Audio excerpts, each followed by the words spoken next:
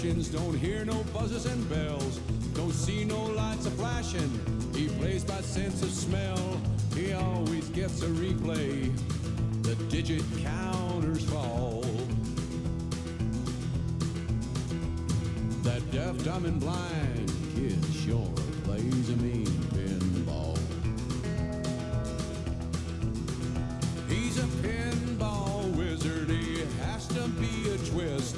A pinball wizard. He's got such a supple wrist. He's a pinball wizard. His score shoots even more. I'm gonna say your name because this is a test. He's a pinball Say how excited you wizard. are.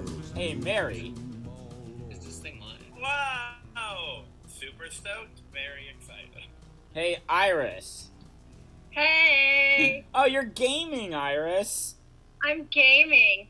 Animal Crossing. Ah, that's a game. Hey, Jaren. Present. Hey, Lydia. Hey, I'm like 3 full men's worth of excited. Whoa. Justin. Hey, I'm watching the stream happen right now. Whoa. It's weird. That's meta. Hey, Kyle. Sorry, didn't see you there. I'm very excited. I can't wait. Hey, Shane Brendan. Hey, man. All right. And that's everyone. All right, Shane, how you doing? All right, I'm gonna stop by the stream.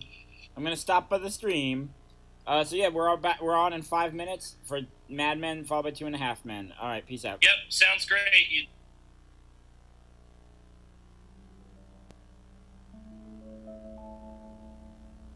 Three, oh, it's the magic number. Yeah, it is. It's the magic number. Somewhere in that ancient mystic trinity, you'll get 3. It's the magic number. In the past, in the present, the future, faith and hope and charity. In the heart, in the brain, in the body, you'll give you 3. It's a magic number. It takes 3 legs to make a tripod or to make a table stand. And it takes 3 wheels to make a vehicle called the tricycle. And every triangle has 3 corners. Every triangle has 3 sides. No more, no less. You won't have to guess. Now there's 3. Can't you see that it's a magic number? A man and a woman had a little baby. Yeah, they did. There were 3 in the family. Oh, that's a magic number. 3, 6, 9, 12, 15, 18, 21, 24, 27, 30. 3, 6, 9, 12, 15, 18, 21, 24, 27, 30.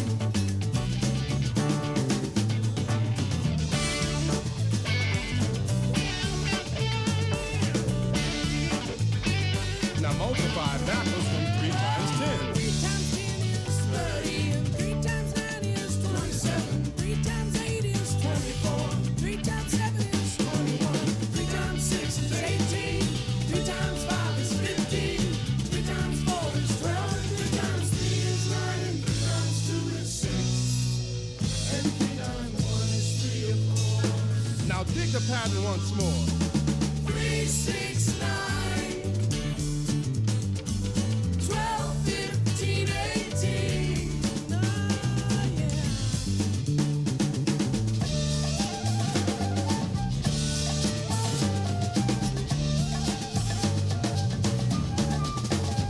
Oh, 3 times 10 is 30, and 3 times 9 is 27, 3 times 8 is 24, 3 times 7 is 21, 3 times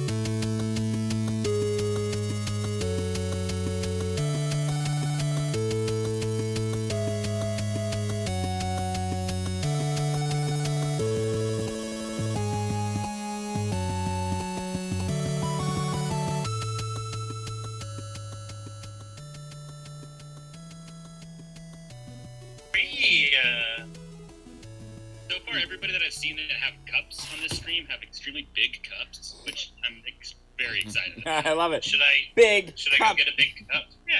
I'm just holding it Alright. close to Get the a bigger camera. cup. That'd be great. Yeah, This yeah. is a regulated Only piece of big cups. Yeah. It's as big as my head. It's not the size of the cup; it's how you drink it. I don't With know. the pinky out. I'm sorry. It's what's inside the cup that matters. Mm. All right, cups check. What's inside your cups? Hey, Water. Hey. Lemonade. Water. Very hungover. So yeah, so welcome to Coffee. Spec Script. We're on Twitch right now. We love you, America. Wait, no, America You bad. might know that we're on Twitch because you're watching us on Twitch. Yeah. One day we'll do it on Twitch and Facebook. One day we'll do a lot of stuff better. But today is not that day. Ooh, seltzer. Shane, can you bring me some seltzer? Yeah. Just Just kidding. I have a show to do. Oh, Can you hear owned. me? What? I can hear you. Yeah, I Thank can you. hear you too. Okay. Cool. Hi, Justin. Yeah. So, yeah, Spec Script, Good to see you. to those who are uninitiated here, Spec Script is a live podcast, now online, an on live podcast where a cool person writes an episode of a TV show that they have never seen, and then other cool people read it aloud. In our Twitch iteration, we have we do 2 episodes. So today we got Justin Cousin's classic episode of Mad Men, and Kyle McCormick's classic episode of 2.5 Men, because it's about time that men get something. Men. What? And half men. Oh, and half men. Yeah. This is fun. I'm excited. These are both really fun episodes. They're both very, very special. Justin's episode, a beloved episode among the Spec Script speculators, and Kyle's episode, yeah. So, we're having a good time. No, Kyle's episode is a beautiful one. It was his farewell one when he moved to L.A. We thought we'd never have to see him again. Yeah, and now space and He's time coming don't back. exist. Here he is. Yeah, we got a lot of faves on this show. Everyone on this show is a fave who's been on before. We got. Let's just start saying hi and talking to people. Well, I guess we should start by hi. I'm one of the hosts, Chris Hotomy. How you doing? I'm doing great. Lydia, Good. how are you doing, fellow co-host? I'm doing great. I went home earlier than you, so I'm not that tired, and I feel good about my level of being not a hero. Mm-hmm. You know what? It's braver to go home. It's terrifying to look at your friend and go, hey, I'm a nerd, and I told myself I'd go home at 12:34, and it's 12:36, so... There's no burden worse than leaving your friends to die. Yeah. I could have gone too. I could. Last night I got home at 4:15 a.m. and I was talking to Should've Tiffany. been 5 minutes early. Wait. I was talking to Tiffany at that time, and Tiffany was like, "Hey, I have to go to sleep," and I was like, "No, Tiffany, wait a bit. It's for the bit." So I made Tiffany stay up way longer than she needed, just so that we could be up at 4:20. Whoa. So Tiff is the real hero. Yeah, Tiff. Oh yeah. Yeah. Tiff. Yeah. Let me ramble. And I drank an entire bottle of Chris Jericho's champagne. What? God damn. What? I don't really know what that means. Your reaction is my reaction to his jokes every time. Every time. A little What? bit of the bubbly is an official Chris Jericho champagne. That's not a real thing. Yeah. Is that a real thing? Yep, Chris. That's one of 2 bottles he owns. Yeah. Isn't that just his sweat?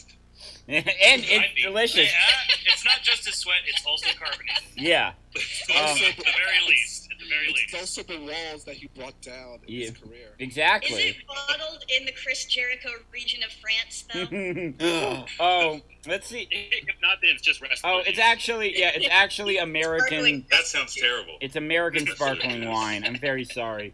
2018 though.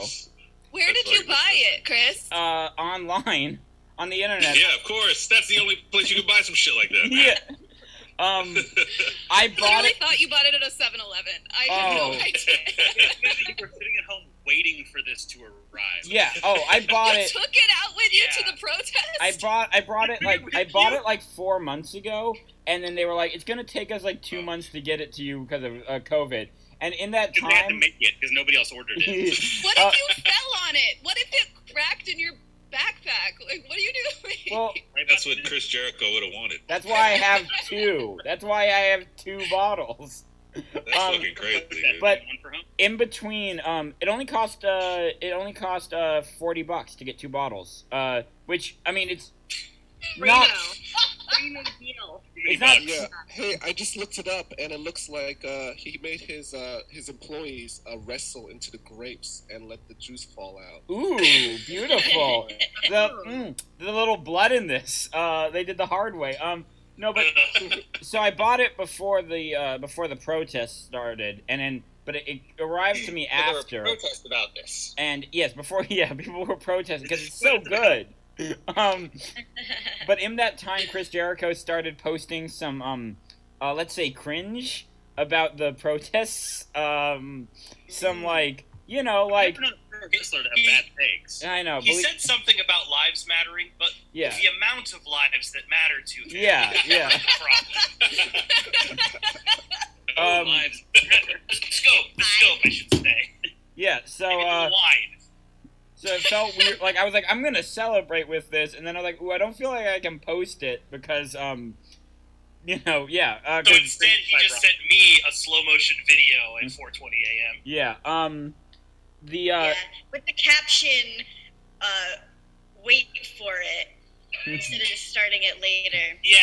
Just wait for it. I remember that not happening. No, the thing about Chris Jericho is I feel like he's one conversation away from being radicalized, like fully, it's from being like an All Lives Matter guy to being like a John Brown Black Liberation white guy.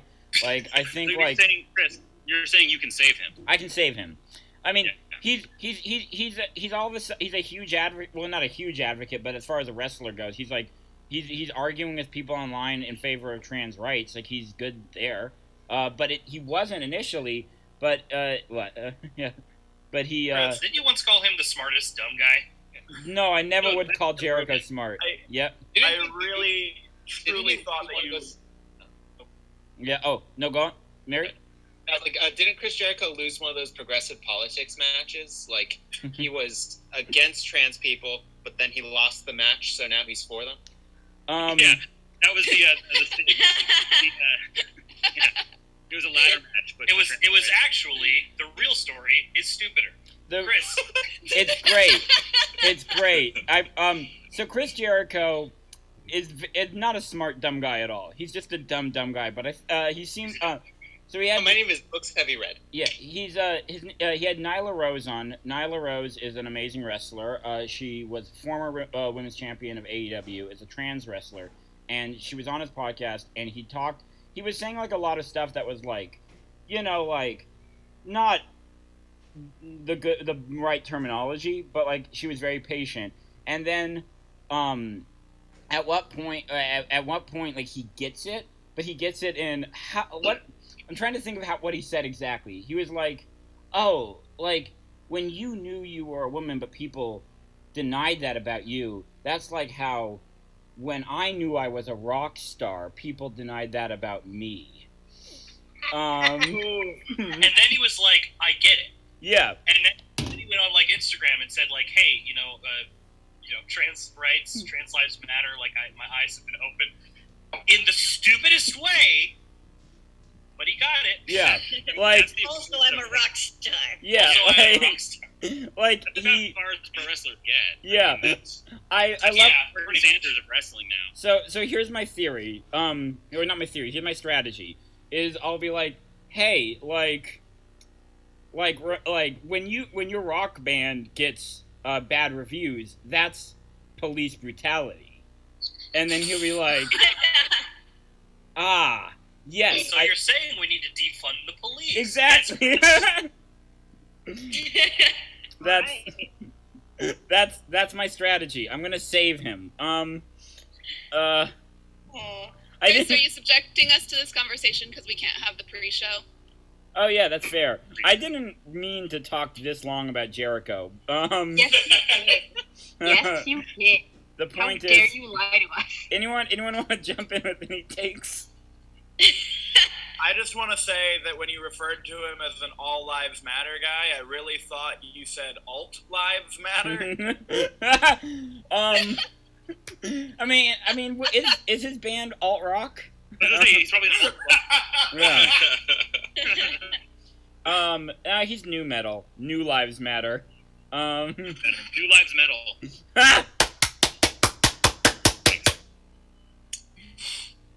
Wasn't that good? I know, but I loved it. I needed it. New lives metal. You should make that your Twitter name. All right. So Lydia, how are you? You're doing good. Shane, co-producer. You already got to me, yeah. I set you up for that awesome Jericho rant. Other co-producer, how are you doing, Shane? How is he? Doing good. The bank headquarters today, so I can do my laundry again. Love it. I heard the bank headquarters today, and I was like, I didn't know, I heard too. Yeah, you're at the headquarters. You don't do your laundry at the bank headquarters. bringing to the bank to do my laundry. Yeah. The post offices should let banking happen, and banks should have laundromats in them. I mean, I definitely go to the bank to air out my dirty laundry. So. Yeah. All right, so I'm gonna. All right, let's see. Is that more champagne? Jesus. That would be. I'm not gonna spill $20 worth of champagne on me. A pitcher full of champagne. Unless you were full of $20 champagne, then you would. Oh God. Are you hosting this show drunk? No. For no. the first time ever. Chris doesn't drink. No. Yeah. He just supports wrestling. He doesn't drink. He chugs. So yeah. Oh yeah, Mary. Let's talk about you. What's up in life with you, Mary? Oh, nothing too much. Just hunkering down and trying to. I have been reading ebooks from the library mostly. That's been all that quarantine life is. Well, I mean, that's good. I don't know the last time I've read a book, so. Well, you read a lot of subtitles when we watched Houseful 2 3 times, and Yeah. that counts. Look, What I learned is that apparently the thing that was stopping me from being a reader before that was just that it was the physical books, but reading them on like an e-reader or my phone, it's right there. I don't have to adjust every time I turn a page. I can read in the fetal position. It's perfect. that is perfect. I like that. Yeah. Maybe one thing we've been doing in quarantine. It's staying in the fetal position. Yeah. Yeah. That's trendy. Speaking of trendy, Jaren George, how you doing? Monster Energy drink is trendy. What? Okay. How are you doing? What's up in your life, Jaren? Hey, I'm doing well. It's the good start of my weekend. I made my boss, who lacks building rapport with his employees, I made him laugh. So that was good. I was pitching an idea of Bad Boys, the next sequel, and I was thinking they'll get so old that they're going to be in a senior care center, and someone took the cans with tapioca pudding, so they had to get it back. So they're racing around with the motorized wheelchairs. Ooh. And I made him laugh. It was a great idea. So, yeah. That's beautiful. And how Thank is? you. And Yay, Jared. and you have a Twitch channel that people should follow, right? Oh yeah, man. Yeah. Settled on Catan, man. I'm deep in the Catan game now. I can't get out because I spent money already, and More than the $5? yeah, more than the $5. Have you seen my outfit lately? No. You're Oh, yeah, using you got armor. Yeah, I got a Got a fancy Vikings beard. Vikings background, like settings and everything. Yeah, yeah. So I'm already invested, and I got people more invested. All of you, get into my Catan world. Yeah, so it's my adventures. I'm $5 deep. Yeah. Shane? Jaren asked. Shane? Yeah. I was gonna ask you. I If swear. Jaren Both hasn't Shanes. invited any of you to play yet, That means he Matt, doesn't like you. I'm writing everyone's name. I've never Hold on. played Catan, which is What are we talking? What are we talking about? Kyle's trying to shark you. Jaren's. Online That's Catan. This is too What much of for me. Catan? Oh man, this is too much. It's a game Oh for no! nerds. Isn't that Monopoly for like Mormons or some shit? Yeah. No. It's Monopoly, okay? There's an end to it, and there's so much the excitement of Monopoly, okay? So It's like it's instead structured. of money, you're Like- trying to get sheep. Oh, okay, cool. That It's sounds more than tight. sheep. It's more than sheep. Yeah, there's Collecting wheat. dowry. There's wheat and ore, Yes, Yeah. there's different currencies. Yes. bags of dust. It's more like Monopoly for Amish, not Monopoly for Boom, Mormons. there it is. Yeah. Amish Yeah. Monopoly. It's organized monopoly. Monopoly It's about not done. instead of capitalism. Alright. I just want to say it is better than Monopoly. Like, there is a forced end of the game. Like, you can't. Like, the game will usually end. Thank you. Like, I've been training hard so that I can beat Jaren. I've beaten Jaren twice out of the last 3 games. I've humiliated him twice out of the last 3. Me are confusing the numbers, but yeah, man. Yeah, no. But, like, Monopoly I won't think it's 2 out of 2, Monopoly don't you? tears people apart. Mm. Catan Yeah. doesn't necessarily break up families. Yeah. Yeah. Yeah, because Catan you're is an better than elephant. Monopoly because Monopoly is objectively the worst board game that's Yeah. ever been created. Monopoly No. lasts like 6 hours. Catan lasts an hour.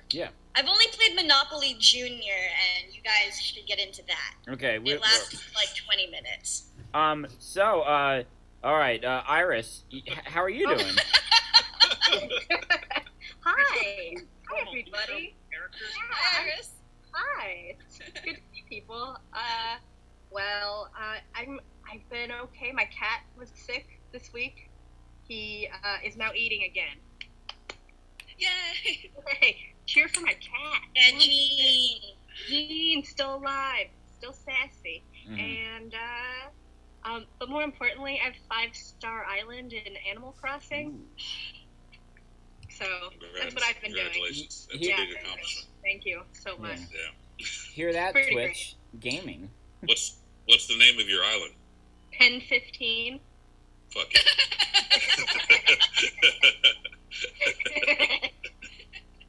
Some child. Yeah. Good.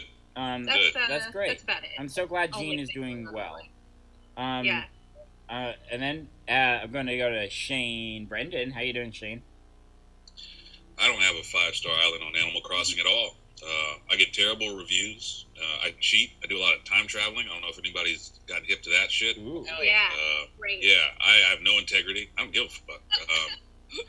I'll show up at an island, steal all your natural resources, and You would love dip out. Catan. Outrageous. Yeah. Yeah, you love Catan. Yeah, show up. yeah. I went to someone's island last week and just chopped down all their trees. You can do that? Savage. I enjoyed it. I enjoyed doing it too. It felt Funny, real because good. Don't you have to be someone's best friend to do that too? It In the was. game? It was. You conned them. Look, The it's a long long, con. it's a long con, baby. I gained their trust. Shit. I gained their trust. I let them come to my island. I was like showing them everything and all that. I was like, hey, why don't I just come to yours? And I fucking chopped down every goddamn tree that they own. Damn. Yo, this place You're a snake. Yeah. Yeah, well, they didn't tag me on a picture on Instagram like I asked to. So you got to pay. You got to pay for that kind of That is a injustice. high toll for Mhm. friendship. Yeah, Shane, you better be careful. Don't trace that shit back to you. You're gonna get canceled. To the viewers of Spec Script, I am so sorry that we had Shane Brendan on the show, and that we are normalizing and endorsing his toxic behavior. I'm not a good guy. I'm not a good person. Look, I have to be a good guy in my everyday life. I try to just be a good person. Wait, when it comes to the crossing, baby, it's all. So it's all you're downhill. just Ed Harris's character from Westworld? Exactly. Yeah, I've been in the game for too long. I've become a black hat. That's what it is. Beautiful. Yeah. All right. And then we're gonna say hey to Tiff McGuire. Tiff McGuire. How you doing? I'm okay. I wish I had anything interesting to report. Just trying to not get killed by local authorities, and I'm learning how to roller skate. So, liar! But I don't have anything interesting. Then you pull out shoes with wheels. It took a lot of hunting them down because apparently they're sold out literally all skates everywhere are sold out everywhere. But I haven't skated since I was probably a teenager. I don't know. I had my first kiss at a roller skating rink, and I don't remember any skating since. Are you learning how to skate just so you can get kissed again? Is that what it is? Yeah, please God, I haven't been touched in 4 months. That's like it for me, really. No, I mean, hey, that's pretty exciting. That is the most exciting thing here. Like, and yeah, like that is. I've just been literally roller skating around my house, pissing off my cats. You should wear those at the protests and be like part of the cool cavalry people. Oh, if I knew how to skate in them, I would. I don't quite know how to do that yet. I'm still working on rolling without falling. I'm imagining you running away from like the feds and but kind of like a cartoon thing, and then like. I'm just running on my stoppers the whole time because I don't know how to skate. I imagine you just take out a whole line of protesters. That's more like it. Yeah. I just out of control. I don't know. And then the city just gives you a Medal of Honor for it. Oh, did you guys see the girl who got totally naked and made the officers retreat last night? Yeah, I've just been seeing pictures of that now. Yeah, oh my God, that was me. Look, that would be me on skates, but Chris, you can just lie. Well, I can lie. I'm not gonna lie. I'm not a liar. Okay. I left. Yeah, that was me. I thought you were cool, but Chris had already left. I left 10 minutes before that happened, and it's tragic. And I'm like, oh, cool, the biggest moment of the night. I mean, they also were bull rushing and shooting and tear gassing then, so I'm glad I left at that time. But if I just stayed 10 more minutes, I would have seen. I have major FOMO because that lady is cool. They did shoot at her at one point. They did shoot at her. She had a guard with a shield. Yeah. It was so weird. Yeah. She was naked. He just appeared out of nowhere. Yeah, she's fully naked. She marched up to where nobody else was in front of a whole riot line, and she's just daring them to come at her, and then they're we don't really know what to do. They're shooting at the ground with pepper bullets or some shit, and then out of fucking nowhere some guy with a shield comes to shield her, but then she kept going around him to be vulnerable, and then at one point she sat down and spread her legs to the cops. Yeah, she sat down on the ground and spread her legs, and then at some point they just retreated, and she was left standing there naked. And Donovan Farley, the one guy mainly reporting on that girl, he was like, she won. I don't know what I just saw because they didn't know how to respond. Yeah, they just realized she was she has nothing on her, so it's just well, she has no weapons. There's no you can't pin anything. They can't even on lie her. about it. Yeah, at that point. Something on her, so let's just go. Yeah, she was just wearing a ski mask, I think. Flip flops. Good luck. Yeah. It's hard to be corrupted in front of her. We gotta go. I mean, so brave and cool. every time I'm out there, I'm so afraid that of any kind of pain, and just having all of your flesh exposed to You like should do it, Chris. what? No, Yeah. It's just, I don't like being naked. Yeah, right. Who here hasn't seen Chris naked? I've actually avoided it so far. Oh my god, I've seen- congratulations. Wait, I've only seen the chest up. I already Okay. saw. Yeah, you know what? I saw Actually, a that fair amount of one time. only 2 people here have seen me naked. Okay, well, sorry I asked. Yeah, Lydia and I are starting a club. yeah. It's therapy. There's more out there. Just trying to find members. I can't There get are this. more out there. This might be just a bad time to ask. Yeah. No, I'm gonna. I'm not gonna. Anyway, one day we're all. Yeah. Anyway. Is that everyone? No. Join us next week where we'll do a full naked stream of Spec Script. Yeah. Yeah. Yeah. Skinny streaming. Oh yeah. Skinny streaming. So I'm gonna talk to the writers now. I guess because Justin's temporarily gone. Oh, whoa. Well, hey Kyle, you wrote the second episode we're doing. I did. Good entrance, Justin. How are you? Anything new since last we talked?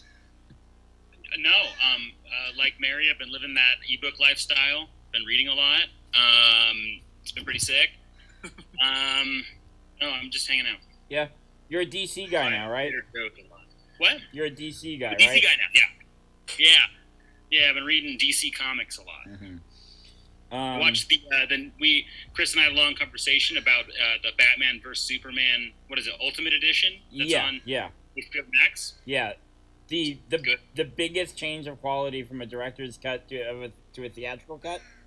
Yeah, to the point where I felt gaslit by the movie because I'd seen it before and it still felt like I hadn't seen it. Yeah. It's good. We'll talk about this after. Or I'll talk about it after. I can talk about the Batman vs Superman director's cut forever because it's the main thing going on in my life, though. So it really is because just for a short thing, the theatrical cut was like aggressively, violently bad, and the director's cut is great, and it doesn't make sense. Hey. Yeah. Hey, didn't you say you were going to talk about this later? You're right. Good point. I just want to let people know. Later. All right, Justin. Iris, we need Later, you. I have questions. Yeah. All right. Justin, how you What did doing? do when we had our podcast? Iris, thank you. We're supposed to ramble for a while so procrastinators can come into the stream. I read that on one thing. Justin. Type all questions about Batman versus Superman into the chat, Mm-hmm. and we'll answer them later. Yeah. Yeah, answer them later. All right, Justin. So hey, now I've structured this perfectly because we're gonna dive into your episode of Mad Men. But before that, what's up with your life? Well, basically, my personal life is nobody's business. Okay, well then, thank you. I'll leave it at that. So you wrote the script like 2 years ago, 2.5 years ago. 2.5. Have you seen Mad Men since you wrote it? Nope. Wild. I've heard my episode is pretty good. Yeah, your episode is pretty good. It's a good episode. Yeah, it was the first TIFF episode. I just can't imagine anything that they made being better than this. Mm-hmm. So I've set a high standard for myself. Yeah. And Hey, to the viewers at home, disappointed. to the viewers at home, it works. It works. To the viewer, sorry, the script works. The script. Stop talking about it. All right, and let's just read it. Question. Oh, yeah. Justin, your band. Chris, stop. the audience can't see this. Keep talking about other things. My brain is bad. All right, so we're gonna go into the episode now. So what we do is we say our name, the character or characters we're playing, and then our favorite thing that makes us mad. And then we just read the script. Hi, my name is Chris. I'm not in this script, and the favorite thing that makes me mad is, is I don't know what makes me mad. X-Men Apocalypse. All right. Passing it on to Mary. Hello, I'm Mary Jane French, and I am reading for We're doing Mad Men first, right? Yes. Okay, I'm reading for Peggy, and my favorite thing that makes me mad is I miss traffic. Mm. I'm gonna go with Just that. gives you time to think.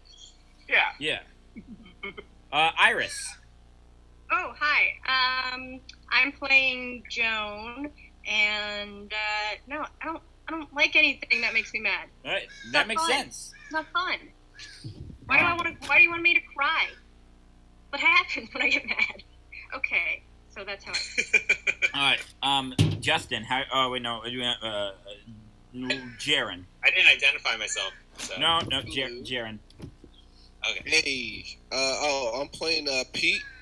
Cool. And what would get me angry? Oh, I had to tell people. Okay.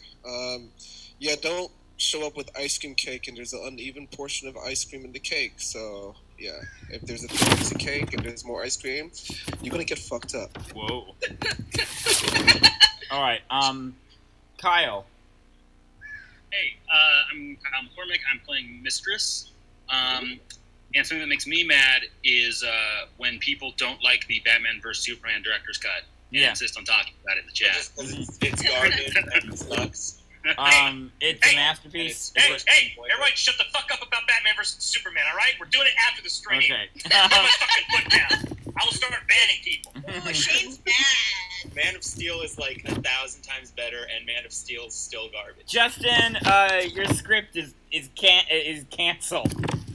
We're doing 2.5 Men twice, alright? Let's do this. 5 men! 5 men! 5 men. That's what Five Guys is. 5 guys. 5 Guys. Shane Brendan, how you doing? Yo. Oh, I'm good. I'm playing MLB The Show right now. Yeah. Yeah, I'm Shane. I'm playing Donnie Draper, or Donnie Drape Dog, as he's known. What makes me mad? Is that what the thing was? Yeah, something that makes you mad. Going to the fridge to get another beer, but then realizing that I already drank the last beer. It's probably the saddest moment in my life that happens on a regular basis. I'll stand there and just soak in the light from the refrigerator and remind myself that I deserve to be unhappy in this moment. Oh, beautiful. Thank you. T-Max. My name is Tiffany McGuire. I am playing Betty Draper, and the thing that makes me mad, I guess, are actually mad people. Honestly, mad people make me mad. Mad men? Like, road rage, angry at road rage. Chill Are you out. mad that you can't roller skate? Yeah. I'm embarrassed, and that makes me mad for sure. But that's not Yeah, I'm mad that I'm gonna keep falling down, and I'm mad that I need to buy elbow pads and knee pads. And a helmet. And a helmet. Yeah. But yeah, that's it. Okay, Justin, the writer of this episode. What Hey, who are you playing, and what makes you mad? I will be reading the role of Rod, and honestly, what makes me mad, it's personal, and I don't think that's anybody's business. All right, you did that joke twice. What's hey, it was better the second time. Justin, what's going on in your life right now that you're like this? I don't want to talk about it. All right, Lydia. Hey, I'm Lydia. I'm going to be playing the role of woman. Really? Yeah, I'm not mad about it. I can write female characters. Yeah. You're right. And there's like 4 mistresses. I don't really experience anger as its own emotion. I just get bummed about stuff. All right. Well, that's good. My name's Shane Hosey. I'm going to do the narration and stage direction, and what makes me mad is when Chris pretends like everyone's gone and skips me. It's the Thank best you, Shane. bit. It's the best Loves bit. it. I'm kidding. That doesn't actually make me mad. I don't give a shit. All right, well, everyone, that is your amazing cast, and now we're gonna start Spec Script. Today's episode. What's the name of your episode, Justin? I believe it's called Alone.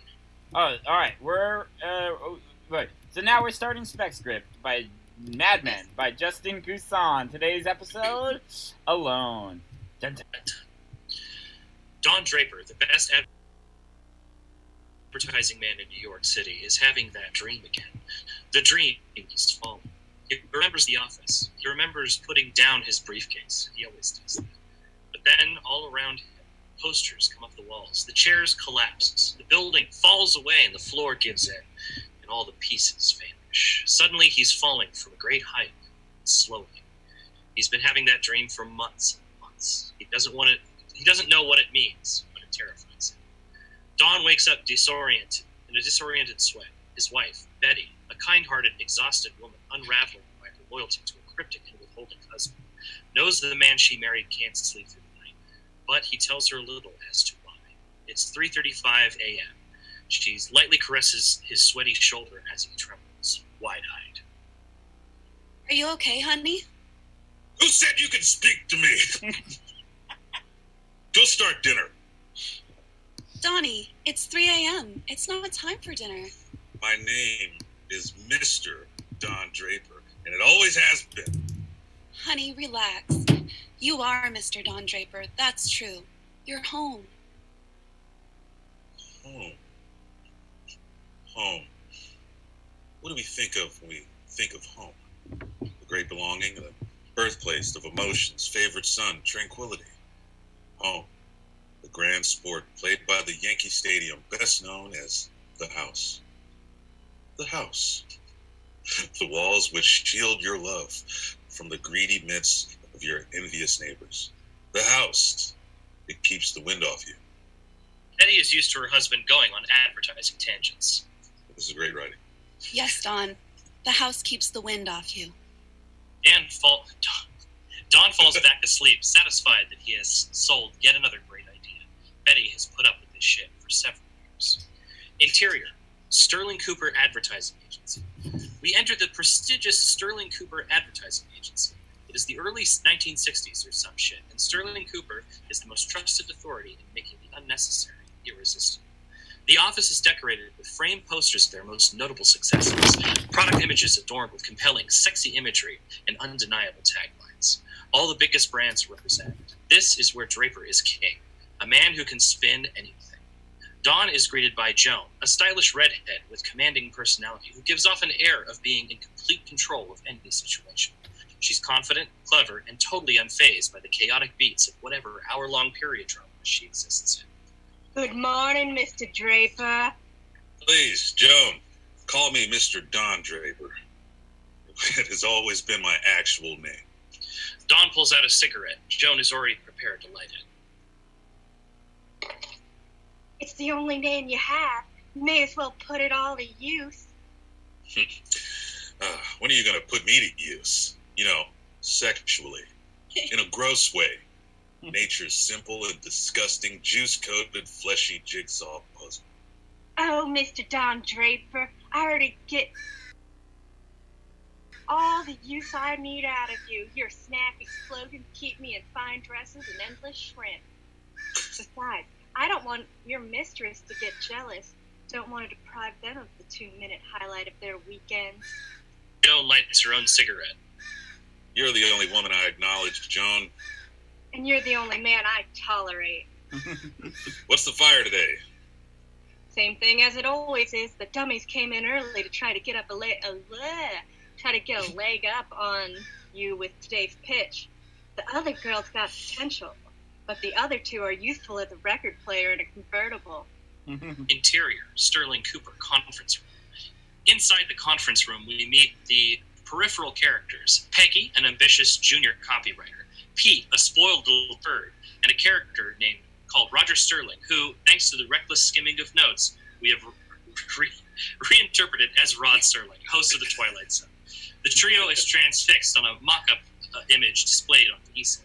Below the image of an RCA Victor Color television, it reads, VCA Victor Color television. I don't get it. What's not to get? It's a color television. We make people want to buy it. I guess we could, put a cowboy on TV? Pete, deep in thought, pauses for what feels like a decade. A cowboy smoking a cigarette? That's what you suggested for Campbell's soup on Thursday, Pete. Fine, 2 cigarettes. More is better. 1 cowboy smoking 2 cigarettes, and this TV will outsell even soup. That's nice, Pete. I mean, color television. It looks tremendous, and I hear more programs than ever are already shooting in color. But how can we spin this? My parents just got a television last month, and most people I know hardly have black and white models.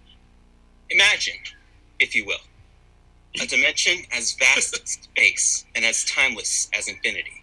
It is the middle ground between light and shadow, between science and superstition. And it lies between the pit of man's fears and the summit of his knowledge. This is the dimension of imagination. This is an area. Don cuts off Rod. A picture as colorful as your life.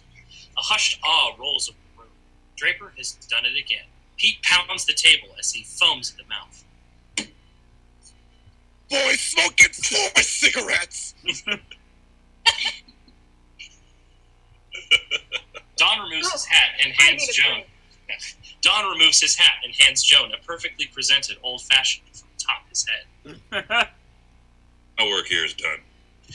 Interior. Sterling Cooper hallway. Don considers his day's work finished after his single line in the boardroom and takes a victory stroll towards the office, drinking a martini he pulled out of his breast pocket.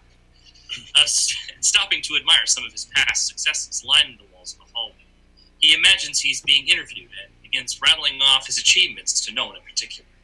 You know, I was the one who got people to stop eating sunscreen. Peggy approaches Don and taps him on the shoulder. Don is spooked out of his daydream and nearly spills a drop of his martini. He recovers his composure quickly. Mr. Draper? Mr. Don Draper, my actual real name, please. Mr. Don Draper, then. How did you do what you did in there? A man should always keep a drink under his hat, in case of emergencies. Not that. Everybody knows that. About the RCA Victor Color television. I was in there for 2 hours this morning, pondering, debating, trying to shape my arguments, and considering my audiences and demographics, and exhausting myself trying to boil down complex ideas into digestible tidbits and snappy titling. But you knew how to spin it after glancing at it for a moment. I want to make people need things. I want to be quicker, sharper, the best I can be. How do you do it? Well, you eager little bitch, I look at it 2 ways. We either fill the void, or we illuminate what you already have. I don't tell you what you need with a color TV. I take a product you already may have, a product which already exists, show how it's better now, how it reflects the people who own it. The richest, most vibrant color for the richest, most vibrant lives.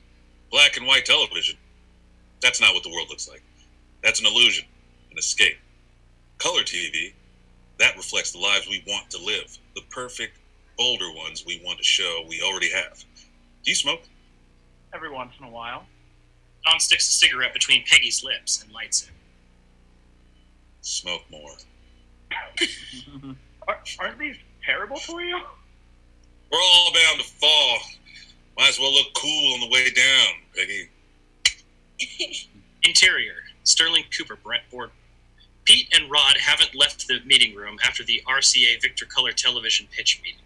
Pete is clearly agitated and upset about his inability to come up with selling points. Rod is staring directly into the camera with intentions of breaking the fourth wall. I don't get it. Draper thinks he's so hot just because he got people to stop eating sunscreen. You know what? I don't even think it's that bad for you. It's just thick mayonnaise for the skin, see? I'm a genius too. Pete lights 2 cigarettes. So stupid. Jerry lights his microphone on fire. speeches are even bit as good as his. My ideas are every bit as catchy, and yet nobody chooses my concept over his. Remember Swanson frozen dinners? If they went with me, everyone would be talking about the smoking cowboys, thawing out turkey, mashed potatoes, and gravy over the campfire. But no, Don Draper, with his future is now, meal in minutes, no work before, no dishes after garbage. Even your take was better than that. What was it again? You're traveling through another dimension. A dimension not only of sight and sound, but of mind. A journey into a wondrous land whose boundaries are that of imagination. That's the signpost up ahead. Pete cuts him off. Yeah, yours was okay, but mine was better. I just can't stand that Draper. Some guys have it all, and we want some of it all. Interior, some room, I guess. Don Draper has just finished having sex with a woman who is not his wife. As he thrusts away, he thinks of his nightmare. He falls again. It does not make for satisfying sex. His partner does not seem pleased and looks forward to the invention of a third sexual position. Don rolls off her when he's decided he has died enough times. Whoopsie. Was that it? Yeah, baby, that was it. Huh. Neato. Where's your liquor cabinet? I need to forget the sight of you and drown the feelings of my inevitable demise. It's by the hi-fi. Neato. Interior, Sterling Cooper office. Don Draper waltzes into the office again after another packed night. He drank several martinis, 5 old-fashions, slept with a stranger he met at a bar, accidentally drank a bottle of blue liquid they keep the combs in, and returned home from his wife's strained affection, a pot roast, and an evening highlighted by his recurring dream where he is falling slowly to his death, surrounded by skyscrapers. Morning, John. How are you today? Good morning, Mr. Don Draper. I was having a conversation with another woman about something other than a man. That sounds stupid. We don't pay you to waste time. Yes, our valuable time. You're late as always. How about you join me in the boardroom before you become a disgusting relic of your times and have to be more than an alleged sweet talker and an existential... What is that word? Sorry, guys. Exquisitely tailored. Exquisitely tailored, high-waisted suit. Interior, boardroom. The team of Joan, Don, Peggy, Rod, and Pete have another advertising assignment and several martini glasses in front of them. Scattered around the conference room table are a variety of newspaper clippings and trade publications, along with a number of glossy photographs and wigs. Peggy and Joan each light a cigarette. All right, team, put down your drinks for a moment. This is the latest project for Capitol Records. They love the work we did for Frank Sinatra. Peggy gestures enthusiastically. Old Blue Eyes, the master of smug romance. Men want to slap him, women want to be slapped by him.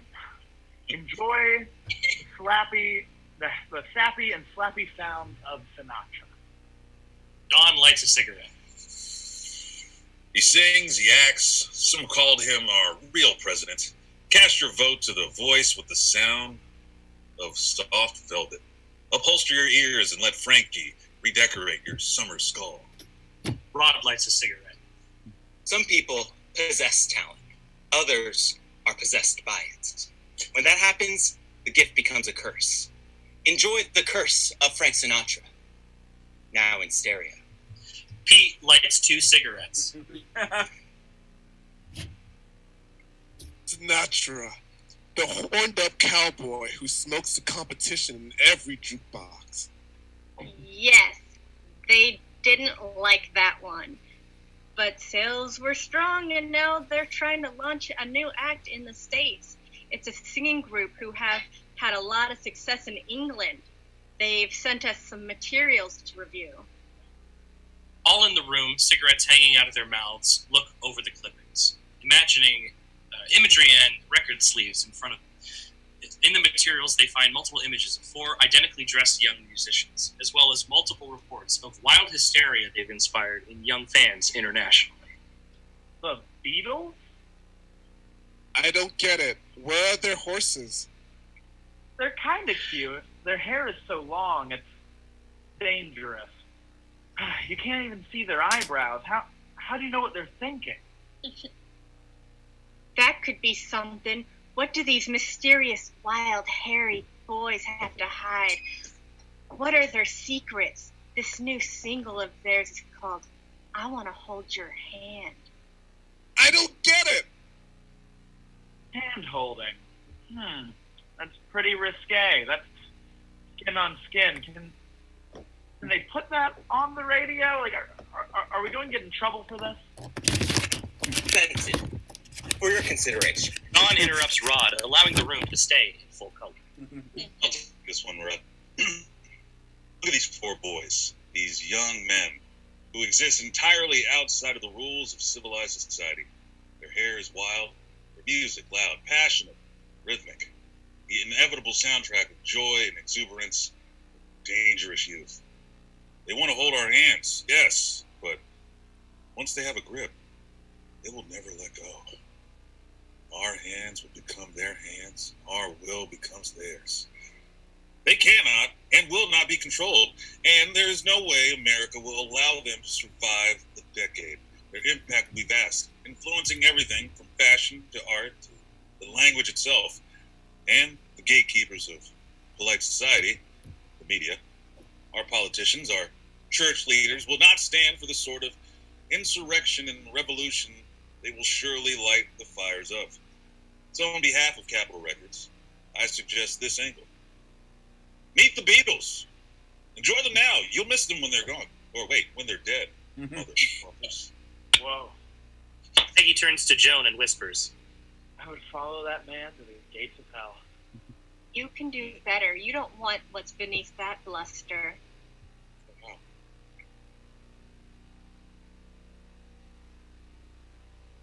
Okay. Was he? So, Oh, is he frozen? I think Shane's frozen. Oh no! Jane! Oh no! Okay, our scene! Interior, mistress, house. Wait. What page are we on? After a late afternoon bender wakes up in a sweat at 8:43 p.m. The falling dream again. He's in bed with a different mistress. Hey, handsome. Mr. Don Draper has always been my legal given name. How long was I asleep? 4 minutes. In woman time? Donathan, you've been so strange lately. Which one are you even? Does it matter? Don begins to dress again. He stomps on the floor twice as he exits. Once again, the floor does not collapse.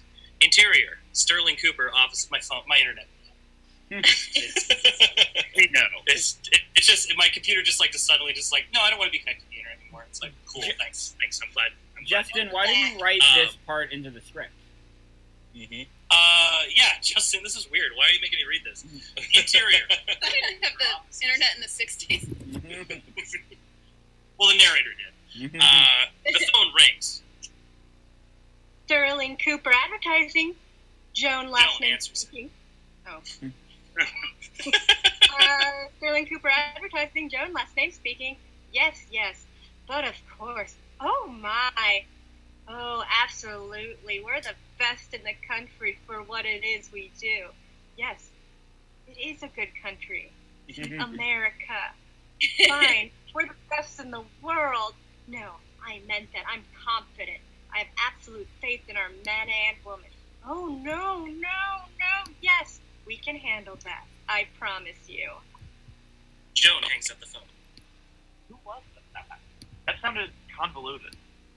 The big one. Plato? Bigger? Montgomery Ward? Chesterfield Cigarettes?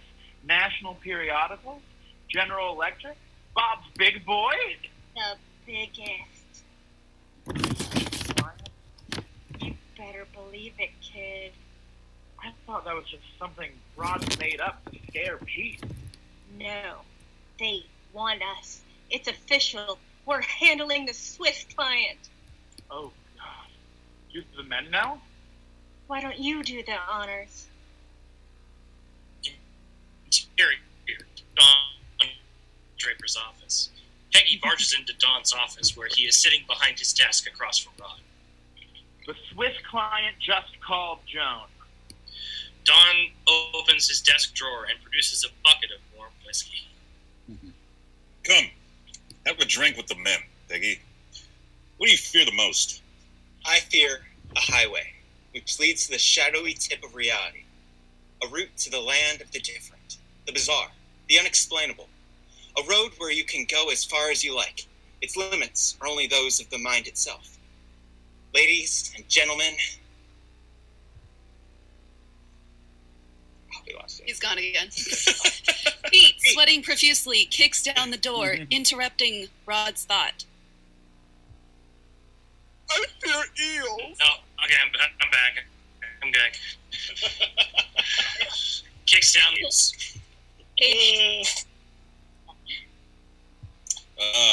Thank you, Rod. Thank you, Pete. But yes, I was speaking to Peggy specifically here. You seem unnerved about this Swiss client.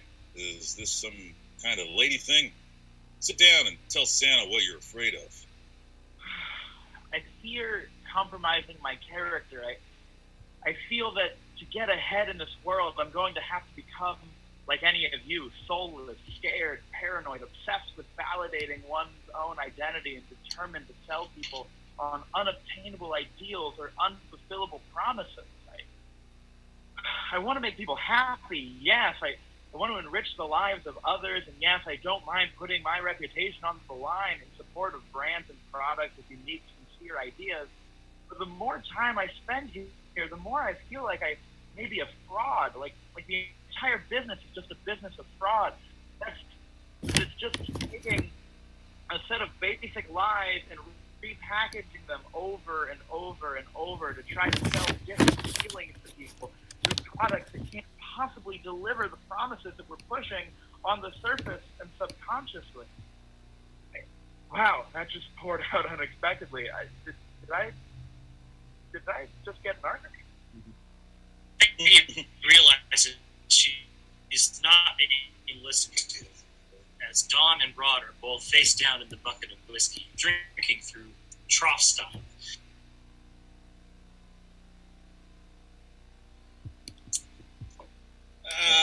That's right, kiddo. Now get out of my office. We got man things to attend to. Interior, Sterling Cooper bathroom. Dawn is standing at the closet. Dan is standing at the closest door to the row of 4 urinals, attending to his needs, post-whiskey, and drinking a martini, while 2 other martinis rest on the urinal's top shelf. Pete takes a urinal to Dawn's left, inching closer and closer to Dawn to show fearlessness. I love peeing, you know, and I'm the best at it. Oh boy, that's nice, Petey. Personally, I wouldn't pride myself on simply removing what is no longer necessary. A man should take no pride or pleasure in discarding what is no longer useful to him. A man should focus on what's ahead and what he has to do with his newfound likeness. That being said, I happen to pee more than anybody I've ever met. And I've never failed to urinate when I wish to. Dawn zips up and leaves, lighting a cigarette. Someday I'll destroy you, Draper. Rod's voice calls out from inside a bathroom stall. Tools of conquest do not necessarily come with bombs and explosions and fallout. There are weapons that are simply thoughts, attitudes, prejudices, only found in the minds of men. Prejudices can kill, and suspicion can destroy. And the frightened search for a scapegoat has fallout all its own. For the children, and children yet unborn. Shut the hell up, Rod. Interior, Sterling Cooper. At the behest of the mysterious Swiss client, Joan has set up another presentation for the team. On an easel awaits a large framed image covered by a luxurious red cloth.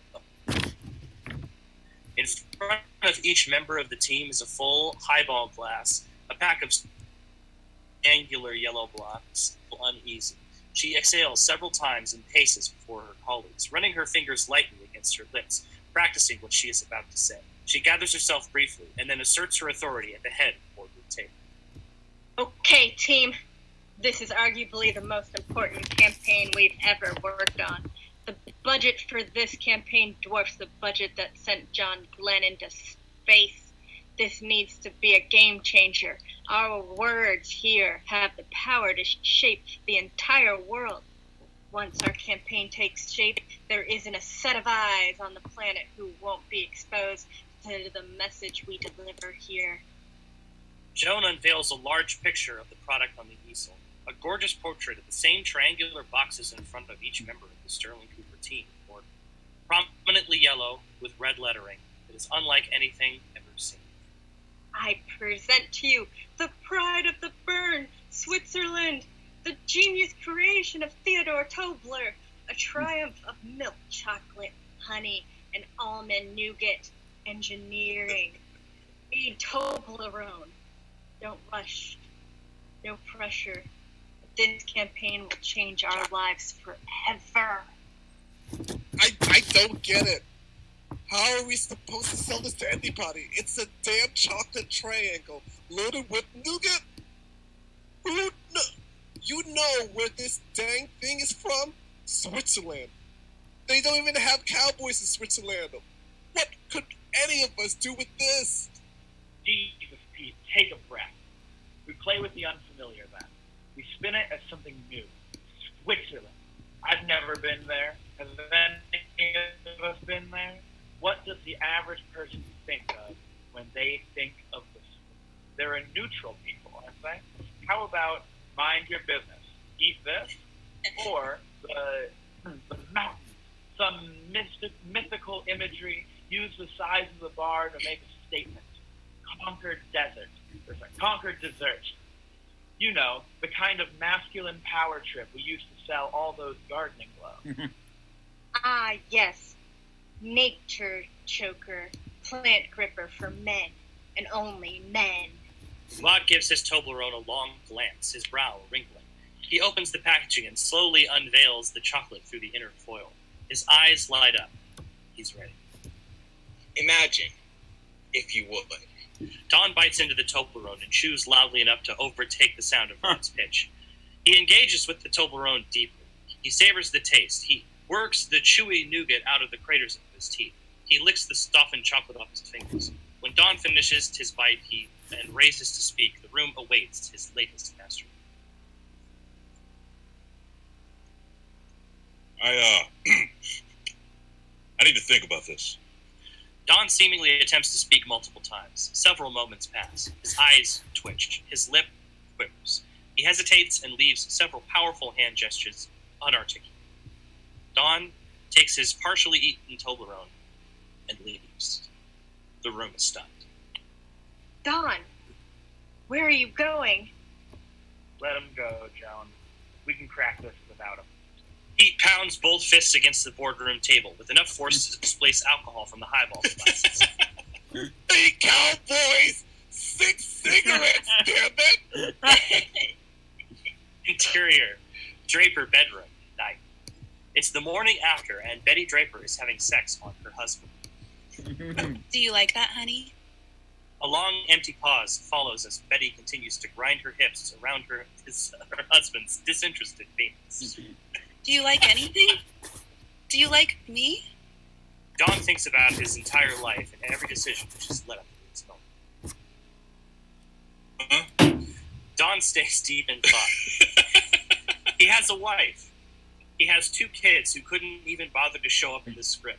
He has a house and a career and fine suits, and cigarettes, stiff drinks, and a variety of interchangeable mistresses who accept the sex he has on them. But is he happy? Is he ever? He works, but who for? He weaves through the lives of others, but what sort of impact does he make? Who does he care for, and who cares for him? Who admires and enjoys him for the personality he really is, the person he really is, deep down? Does anybody truly know that man? It's like you're never here. I feel like I don't have a husband. You come home late, and all you want is a pot roast and a punch bowl of whiskey. Then you sleep until you wake up sweaty. You never tell me what's wrong. You don't treat me like a friend, a partner, a woman. I feel alone. I feel so alone. Do you ever hear me, Mr. Don Draper? I feel so alone. I feel more alone than before we met. I feel more alone than I ever have. That's it, darling. Don finishes, kisses his wife on the forehead, hastily puts on clothing for the day, and rushes to work with newfound purpose. Interior, Sterling Cooper, that same morning. Don, humbled by his performance the previous day, addresses his colleagues. The full Toblerone display is still prominent, the boardroom space now cluttered with crumpled paper and broken pencils. The team worked long into the night in vain, trying to conjure up the pitch of a lifetime. I don't know what came over me yesterday. I apologize to the men here for wasting your time. And I hope the women enjoyed a new expression on my chiseled face. A look of bewilderment, confusion that you will never see again. Treasure it. My gazes are beautiful snowflakes. Don takes a bite out of a Toblerone, chewing loudly. Yeah, I thought about this all right. So, when I looked at it, I realized something. Do I love my wife? I don't know. She couldn't possibly love me after, she's a woman. Where do I go? Where do I go to for love then? Could I ever love myself? Of course not. I'm a man. I couldn't love another man. That's illegal. The only... This is great. The only true love is non-romantic, undefined by labels, marriage, or monogamy. The only unselfish true love is that of friendship. A friend who loves us unconditionally. A friend who loves us not only for the person we pretend to be, but in the spending real time with us, for the person we truly are beneath all our pretenses. My name is not Don Draper. I stole that name from a dying man in my foxhole during the Korean War. Figured he didn't need it anymore, and I wanted a fresh start. A chance to become a new man. A chance to have the slimmest chance at finding not love, not success, but security, contentment, peace. What do we sell here in the ad industry? For the first time, holding this prime prism of chocolate, that nougat in my hand, I knew, for the first time in so long, that I didn't have to lie to sell a product. I didn't have to dig deep or unearth repressed truths. I didn't have to make you feel or ache or yearn for something. I found a truly pure product with good intentions and a solid, chewy, nougaty heart. This product never judged me for the man I've been. And pieced by triangular piece, I knew it was here for me in the long haul. It's been said that every man enters life alone and leaves it alone. But my friends, I have to say, that old saying is wrong. Because here we are today. Here we are moving into the world of tomorrow. We are not alone. Because you're never alone with Toblerone. Don's words resonate around the room. The sun shines brighter. The air smells sweeter. People begin to sit up straighter. Eyes widen, hopes rise. And Pete has had enough. God fucking damn it, God. Motherfucking Draper. God fucking damn you to hell! Pete bolts out of the room through a cloud of collected smoke, his heavy footsteps pounding loudly in the hall. Hard stomps pumping erratically as the sound of thudding on metal stairways can be heard in the far distance by those still in the room. His colleagues stay in the room, unconcerned by his sudden exit, transfixed at the glorious visage of the delicious Swiss chocolates before them. They each break off a piece of Toblerone and contentedly chew and savor each bite. The feeling in the pit of the room is pure satisfaction, the most honest pitch for a truly perfect, necessary product. Draper has done it again. Pete screams briefly, fight for attention as his body falls beyond the conference room window while he plummets to his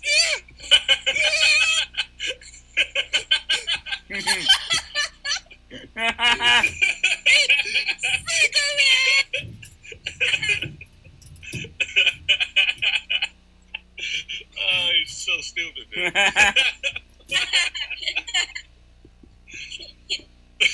I love you so much. And that night, that's your not. It's not my line. That night, Don Draper, the self-obsessed advertising man, so wrapped up in his own brilliance, so unaware of his impact on the lives of others. Well, Don Draper had the best sleep of his entire life. Rod takes a giant bite out of Toblerone. This is The Twilight Zone, sponsored by Toblerone. Remember, dear viewer, you're never alone with Toblerone. Yeah. Yeah. That was fucked up, man. That was so I bet it was fun to write the most just disgusting, misogynistic shit when you were writing for Don Draper, wasn't it? I feel like it could have been worse. Mm-hmm. Oh yeah, the show is a lot worse than this script. Yeah, I'm relatively tame. Actually, I kind of find it hard to believe that you've never seen it. This shit is spot on, man. I wrote him as the Adam West Batman. That you can recall. It's okay. I'm just gonna assume that's how he spoke. It's like an advertising guy. It's just like, yeah, the home, it keeps the wind off. That's it. Whole the Toblerone speech is very, very similar. Very spot on to the carousel speech he does in the first season. So he is Batman. Yes. Yeah. Well, because he's putting on a You character. haven't tried to get John Hamm to be Batman. Yeah. When I watched that show, it would take me probably 2 hours per episode because every time they lit up a cigarette, I had to pause and go outside and smoke. And that's a lot. And every time they filled up a tumbler full of whiskey, I too had to do it. It was a bad year for me. Binge watching that. Yeah, I was gonna say that sounds dangerous. Yeah. I got to cheat a little bit on cultural osmosis for this because I knew what the opening credits scene looked like because I saw them do it on The Simpsons. Well, that's part of the show, baby. You know, you gotta that you let that cultural osmosis influence you. You know, as long as you've not watched the show, yeah. Like I know it's about advertising. I know it's sexist. I know the opening credits are a guy falling. Yeah. So. People. Well, you know, Don Draper isn't his real name. Yeah. That was in the notes I was given. Oh. Yeah. It was a pretty big part of the show. Yeah. Yeah. It is. His real name is Dick Whitman. Yeah. Dope. Yeah. Dick Whitman. It's actually pronounced Dick Whiteman. Dick. Dick should have been in your Whiteman. notes. Like with a hard H. Oh, what is that? Piercing. Yeah, what was that? White man. Emergency alert. White man. It was the white man. They're jacking into our feed. Yeah. Yeah. Come to get us. We can't be that. Yeah, we're challenging the system too much. Someone heard you had a black guy read for the whitest man in television ever. My name is Kirsten Kupenbender. This is perfect. Great job. Great backgrounds, Jaren. Hey, nice shirt, Lydia. Oh, thank you. I'm wearing Talking about these a new backgrounds. shirt that I got. I'm a button-up, short-sleeve shirt, unbuttoned person now. Hell yeah! It's a great way to live. It really is. Speaking of unbuttoned shirts, we got time to take a break real quick so I can go Mad Men outside. Intermission. Basically 10 minutes, and then we're going to start 2.5 Men, but we're still keeping the stream going, and I'll just talk about Batman. Real quick, before we go. Yeah. Jane Hosey. Okay. Yeah. I'm sorry. Jane Hosey, do you have your phone on you? I'm going to text you something. All right. Okay. So yeah. Right back. Tiff, I'm going to text you something. Justin, I'm going to text you nothing. Thanks. Chris, I have Batman questions for you. Oh, yeah. I'm going to use the restroom while you guys talk about Batman, so I don't get mad. Don't want to be a madman hearing people talk about Batman. So what's up? Okay, my question. Okay, so my biggest issue with the movie as a whole, generally, there's so many. I have not seen the new. Yeah.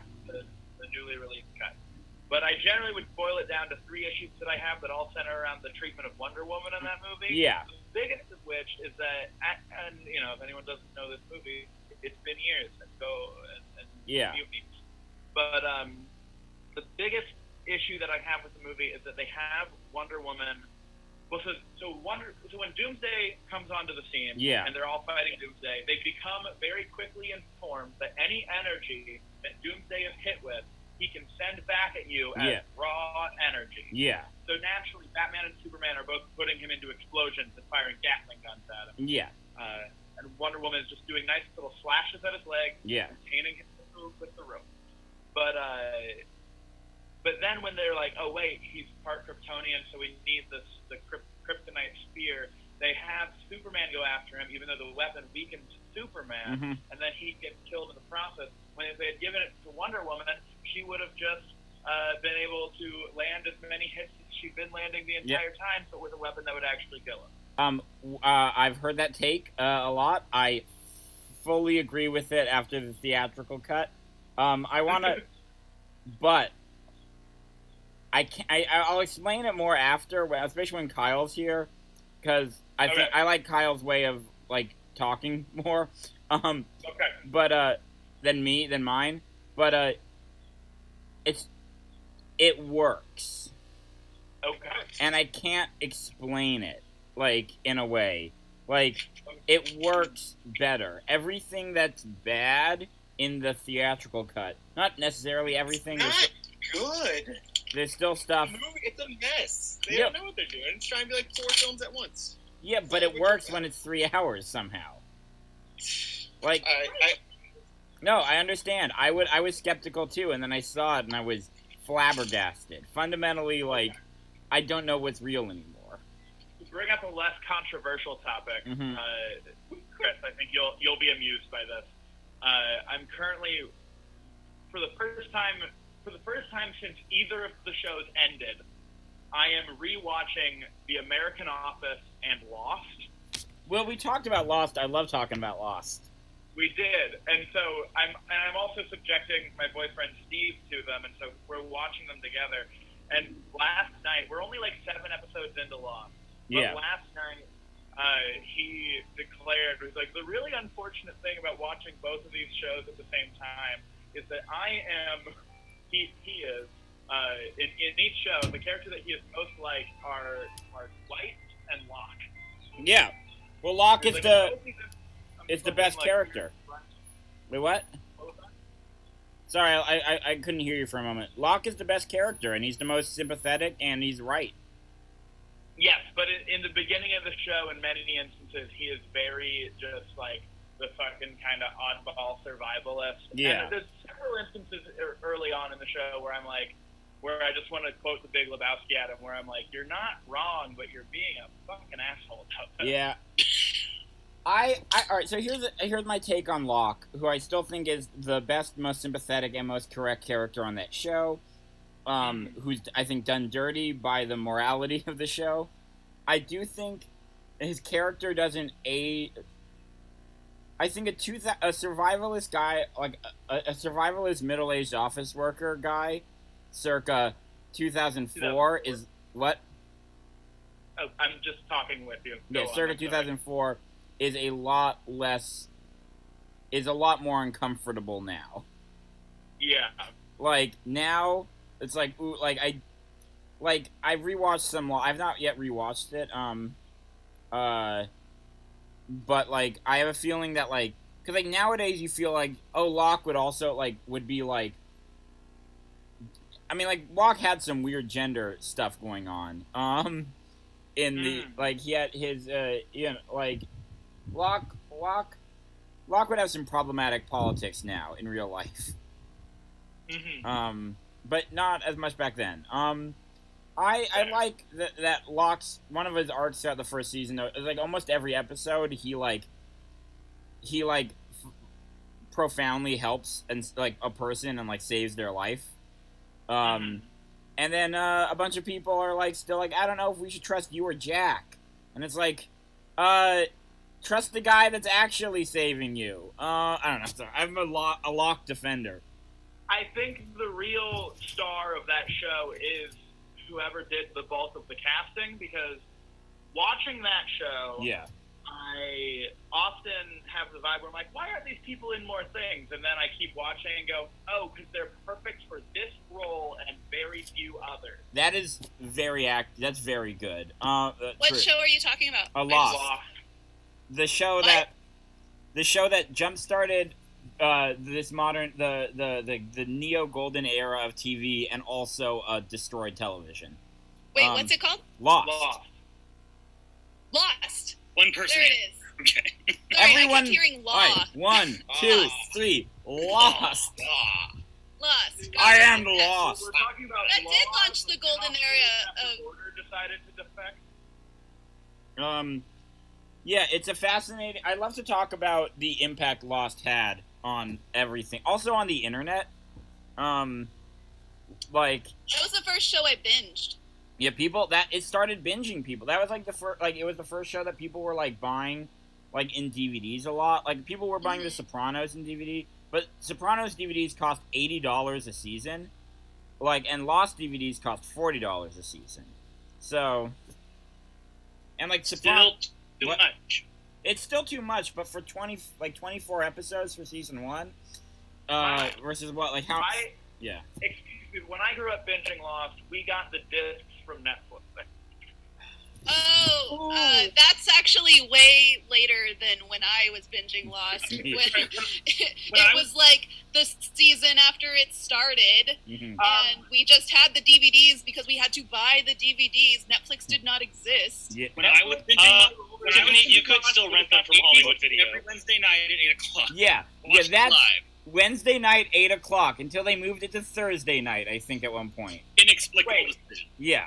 Shane Hosey, though, if these are flexes on age, my first job ever was Hollywood Video. I don't know if that's a flex on age. All right, what were you saying, Mary? I do want to emphasize, though, that Netflix as a company is a year older than Google and has existed since before Lost premiered. That's why. Well, that's disgusting. Why would you say that? Netflix started in the 90s. Sure. We all started in the 90s. No, I started in the 80s. Tiffany started. Tiffany started in the 1880s. 82, baby. 86, baby. 89. Am I the oldest person here? Am I the youngest person here? I don't know if I'm the oldest, but I was born in 1990. When were you all? 1992. Damn. 94. Wait, Lydia, when were you born? Like, what, 2005? You're a baby. Baby. I was born in 97, so I don't know what you guys are talking about. Oh my god, dude. Yeah. Stop talking. I'm kidding. I was born in 86, everyone relax. My beard 2001 wouldn't be this spectacular. September. 86, buddy. Yeah, Tiffany's the oldest one here. God damn it. I'm right behind you though. I'm January '83, so I'm not too far removed. Tiffany, you could still play a teenager Yeah. in on the CW. You know. Yeah. Oh, wait. Could be a teenager or a mom. Yeah. On the CW. Yeah. Everyone on the CW is You're like a cool mom. Yeah, cool mom. No, Tiffany. Yeah. Tiffany's You're arc. working on a script in which you can play both. Tiffany's arc is that she's on Riverdale and she's playing one of the cool, mysterious teens. But then it turns out she's secretly Archie's real mom. Gross. Yeah, that's the twist. Not Molly Ringwald. Yeah. I know. Well, yeah. Tiffany murders Molly Ringwald in my pitch script. It's In real life. Molly Ringwald is in Riverdale? Archie's mom. Yeah. Whoa. You gotta watch Riverdale. Yeah, I've never seen it. Oh, it's terribly great. It's very fun, but I also recommend if you're going to go in on Riverdale, go with Chilling Adventures of Sabrina. And Oh, I've seen that. I'm hip to that. I didn't like love that. that. one a lot. Universe. Yeah. Oh, yeah. I knew that. Alright. That's cool. So y'all ready? Y'all ready for this? No, You're ready? actually, I need to find the script. All Not right. ready. Okay. Hey, cool shirts, boys. Oh, I should get my button up. Hey, Shane, Lydia, talk while I find my other button up. I've also never seen 2.5 Men. I've never seen it. I've never watched a full episode. Yeah, I think I've seen maybe half an episode. Yeah, A kind of. 6-day show. Kyle, have you seen Two and a Half Men since writing this script? Why not? I have a lot of other stuff to do. Kyle, I have another question as an interviewer. Is your shirt unbuttoned as well? Not entirely, but like. Oh, are we doing that? Should, Okay. Yeah, we're doing that. Oh, are we doing that? Only if it's only if it's short. Only if it's short That's sleeve. next week. That's next week. We can't do that. We can't show feet. Wait, that's right. This is Twitch, baby. You can't show feet on Twitch. Yeah. Is that a real rule? Yeah, it's a real rule. Not my feet. There was a I got mo- fucking Hey, Am I showing too much collarbone? Mr. Brendan, No, don't you're gonna get us show banned, feet. like, for real. It's actually a rule. right over here. Mary. so crazy. Is that for real? Yeah, that is just like a real rule. It's I only know it because it's a weird real rule. Yeah. I definitely haven't experienced it. So. Yeah. This is his fourth Twitch stream. Yeah. These my fingers. I swear, if you guys get us banned for showing feet, Look, Chris is gonna get fully nude if that happens. that's Lydia was just showing off her beautiful soul. nah. Put some socks on. Look at my feet. All right, the 8 people who are in the stream right now, don't rat us out. Yeah. Yeah. They're my Did we fingers. bring a friend? Is that it? Did we each bring a friend? Yeah. Yeah. What's the rule with, like, what about just legs or calves? That's fine, but just no feet. The feet are Right. the nipple of the. Don't show too much neck. Yeah, the feet, the 5 nipples of each foot. Yeah. That's I didn't know that. That's wild, man. That's wild. Yeah. Can you be topless? No. I can. Yeah. Right. Can like I'm saying, can dudes just be sitting there chilling, Yeah. topless playing? I think video? so. Yeah. But we can't. Dudes can't show dude feet. Can't No. do dude toes. I don't think you can do dude feet. No. So toes Women are feet. worse than nipples. But you Toes can are worse do than it nipples. from a dude ranch. Okay. Ah. Yes. Yes. But you have to keep your boots on. Yeah. What if you're a flat-chested woman? Good question. Let's call in. Yeah. Let's call Twitch. Hold on. Let me. Hey, Twitch, it's your cousin, Daryl Twitch. Look, buddy, they video chat. You know those feet you've been looking for? Well, Chris is a cop. I'm sorry. I thought you were joking about the feet thing. What she said. Oh yeah, no. It's just one of those things that sound like a joke. yeah. Anyway. I've sent ironic feet pics to so many people. Yeah. Yeah. No one does anything I recorded ironically, you. Lydia. All right. All right, everyone. It's time for 2.5 Men. Bada bing, bada boom. Let me open my script. Today's episode is, of course, by the one and only Kyle McCormick. And it's going to be fun. And it's going to be great. He wrote this script for his going away show. So it's all emotional, and it's about, it's about moving on and all that jazz. Kyle, it's been years since your script. How do you feel about it? I have not revisited it, so I did. Yeah. Oh, wow. All these jokes are just, yeah. Oh no! You mean you didn't keep writing 2.5 Men episodes? I have a whole show bible and like a whole season written.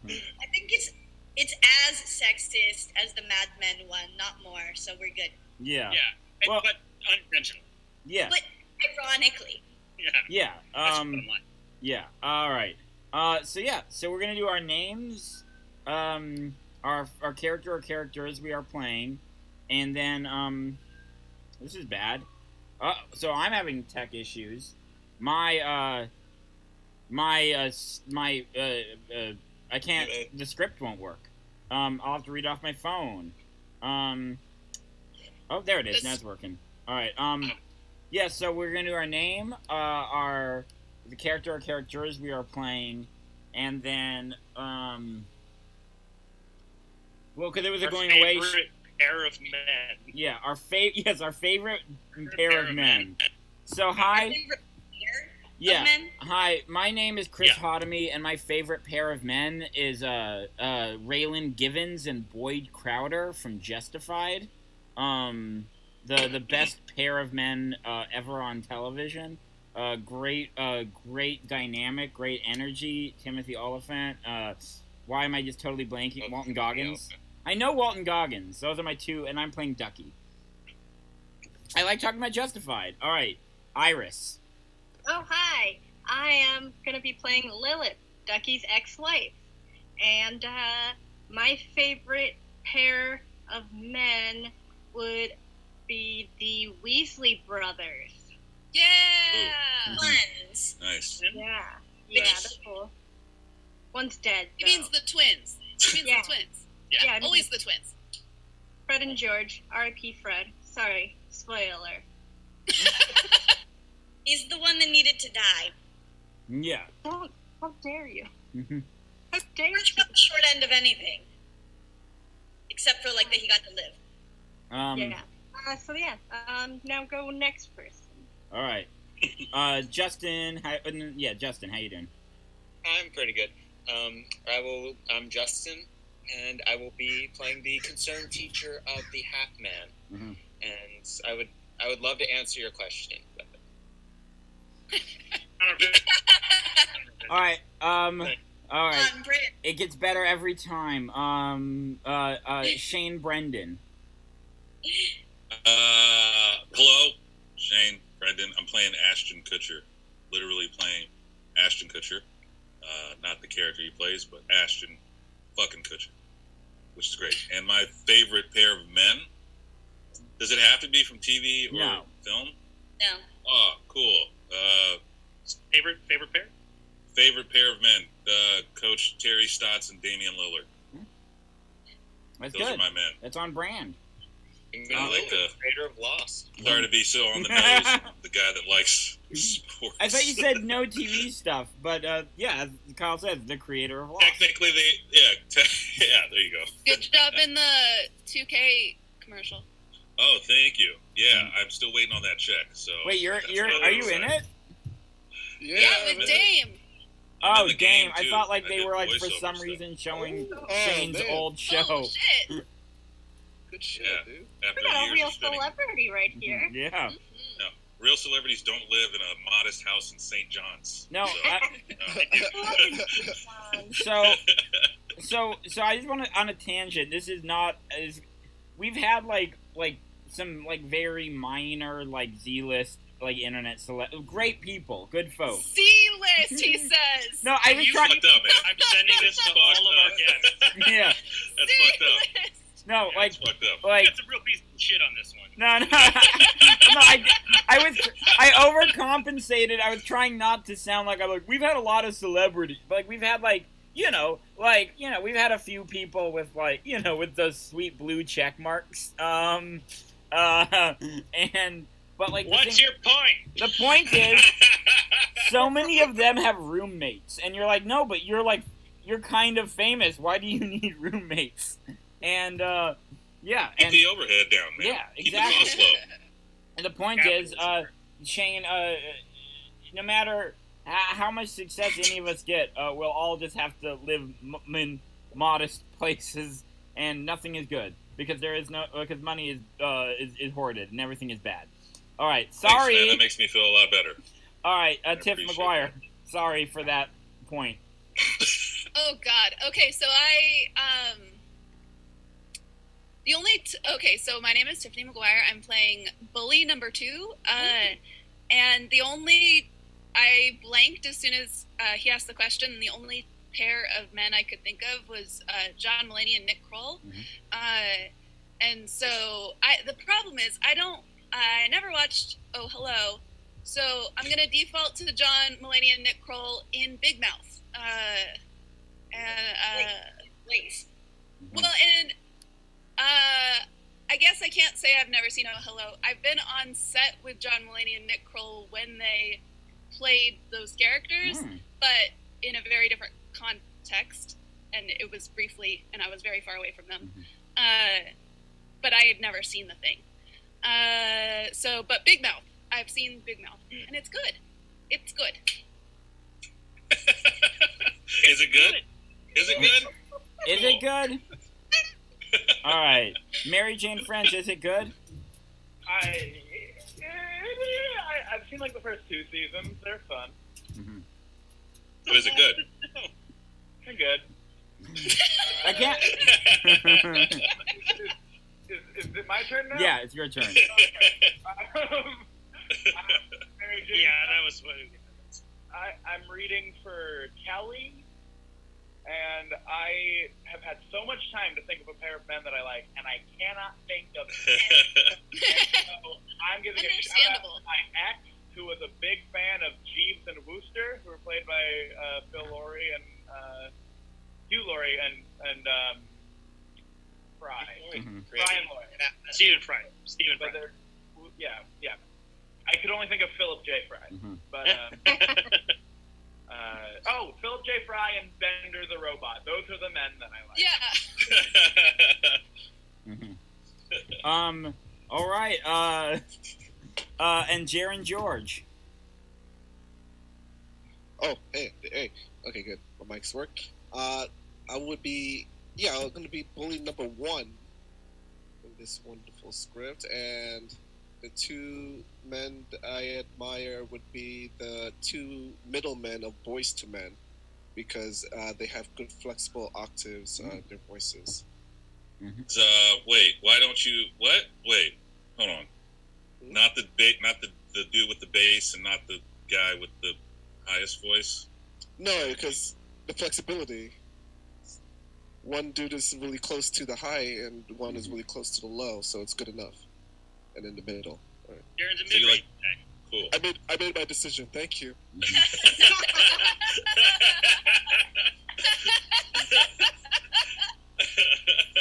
Much appreciated. Thank you. Okay, that's my turn.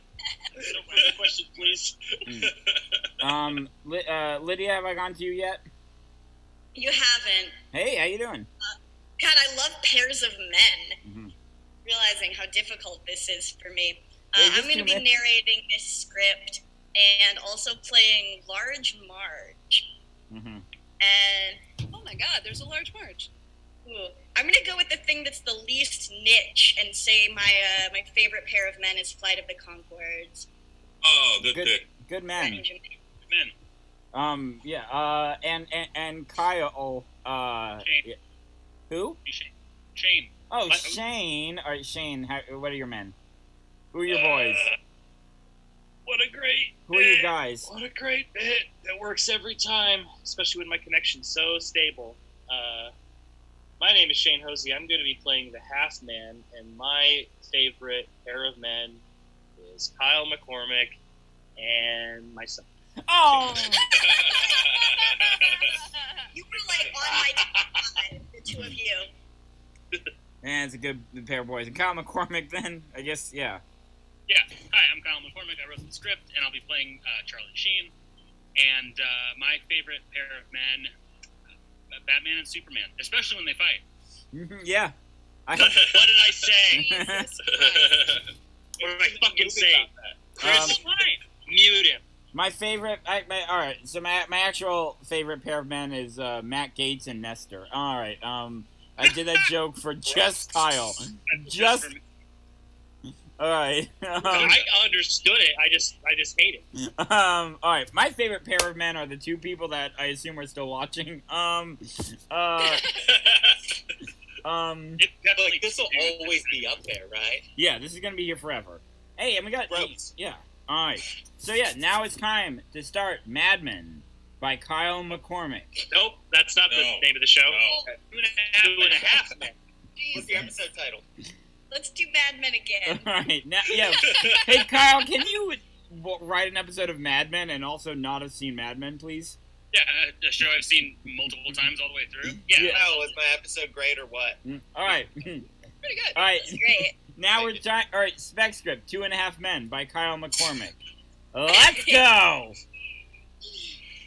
Interior, Ducky's Kitchen, day. A large, airy Southern California kitchen. Malibu or something. The sun dapples through the window. We can hear waves crashing on the beach. There's avocados everywhere. Classic California. Ducky, from the 1986 John Hughes classic Pretty in Pink, but an adult man, enters the kitchen in a bathrobe with a spring in his step. Ah, what a lovely California morning. He proceeds to make himself a pot of coffee as his brother, famous Hollywood actor and cokehead Charlie Sheen. He's hungover, and baby, he smells like it. Morning, Duck. Good morning, Charlie. Coffee? Please. Charlie slumps at a bar stool at the kitchen island. He vomits a little into his bathrobe and hopes that Ducky doesn't notice. Ducky does notice, but he knows that his brother has a problem and that he can't change him, so he suffers in silence like always. He places a cup of black coffee on the counter. Listen, Charlie, I need to ask you a favor. Here it comes. I've got to meet up with my ex-wife later, and I need you to pick up the half-man from school. Why can't Large Marge do it? Large Marge has the day off. You know that. Okay, fine. I'll do it, but you owe me big time. I already let you live in my house for free, I think. I'm giving up a date for this, you know? Another date? What about the girl last night? Baby, I'm swimming in it. You're disgusting. Charlie shrugs. He knows he is, and in his darkest, truest moments, he loathes that about himself more than anybody else possibly could.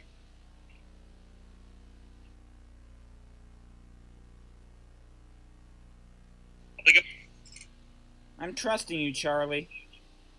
Hey, when have I ever let you down? Ducky frowns. His brother lets him down a lot. Charlie's grin falters just a little, just for a moment. He knows. There's a lot of unresolved pain between these two. Dissolve 2, interior, Ducky's living room, later. Ducky, now dressed, later in the day, is busy tidying up his home in preparation for his ex-wife's arrival. The doorbell rings. Coming. He bounds over to the door and opens it, slicking back his hair like a real thirsty chump. He stops short. Standing in the doorway is the unmistakable form of former star of That 70s Show and punked, Ashton Kutcher. Oh, hello. Hey. I don't do it, Ashton. They stare for a moment. Can I help you? I'm moving in. I don't understand. You have an opening in your big house, and I'm answering the call. What? Where can I put my stuff? Listen, I'm sorry, Mr. Kutcher. Ashton Kutcher. From Punked? Am I being punked? No, man. It's really me. When I heard that your brother died, I rushed over to fill that hole. Gross. Wait, what? Is Charlie okay? Ashton Kutcher frowns. Ducky frowns. They frown at each other. What the fuck is happening?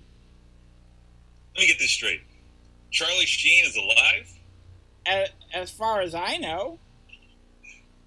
This is, fucking the same. This is right. This is not at all. Look, Ashton, I loved your work in Just Married, but you gotta go. You're really creeping me out, and my ex-wife is on her way.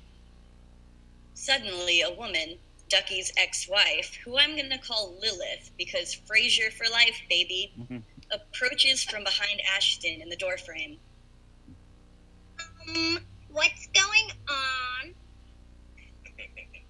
Ducky dramatically puts his hand on his head and gulps before turning to the camera. Gulp? Oh, where do I start? Oh, boy! Cut to exterior school day. Charlie is standing outside of his bitchin' Camaro, sunglasses on, waiting outside of the school. The car is blasting Guns N' Roses. He puts out his cigarette underfoot as he sees his nephew, the eponymous half-man, who is just a normal child, I guess, approach. He starts to wave when he sees that the half-man is flanked by 2 bullies. Hey, what the? Hey, half-man, eat dick! Yeah, eat dick, big time. I don't want to eat dick. Well, you gotta. Sauteed up, nice and crisp.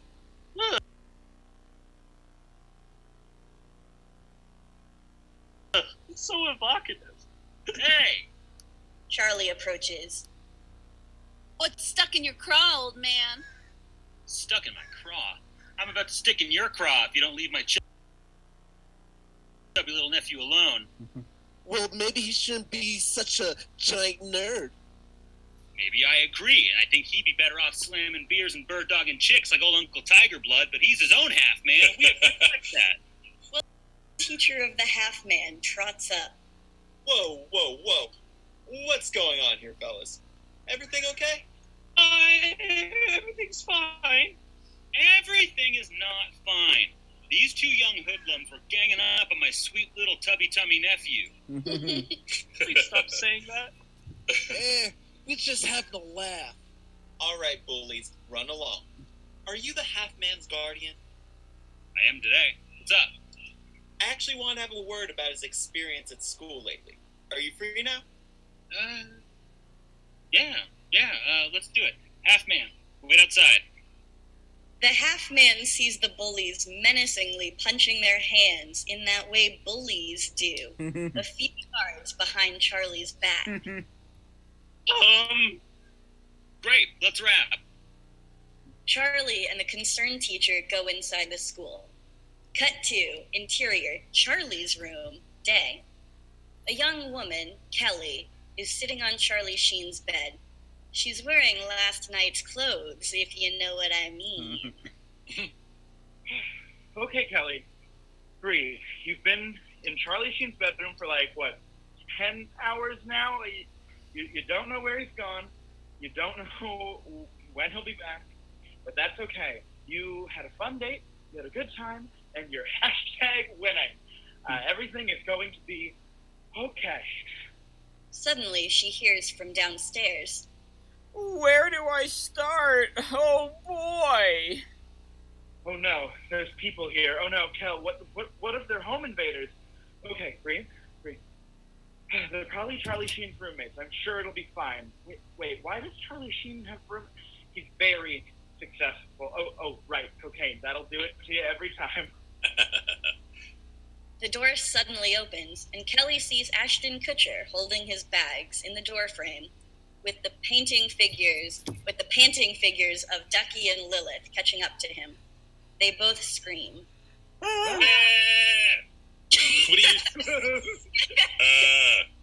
you doing here? What are you doing here? What are either of you doing here? What am I doing here? Okay, everybody calm down. Obviously something really weird is going on, so let's get to the bottom of this. First of all, who are you? I'm Kelly, Charlie's girlfriend. Oh, honey. No, I know. I'm not dumb. It's just shorthand.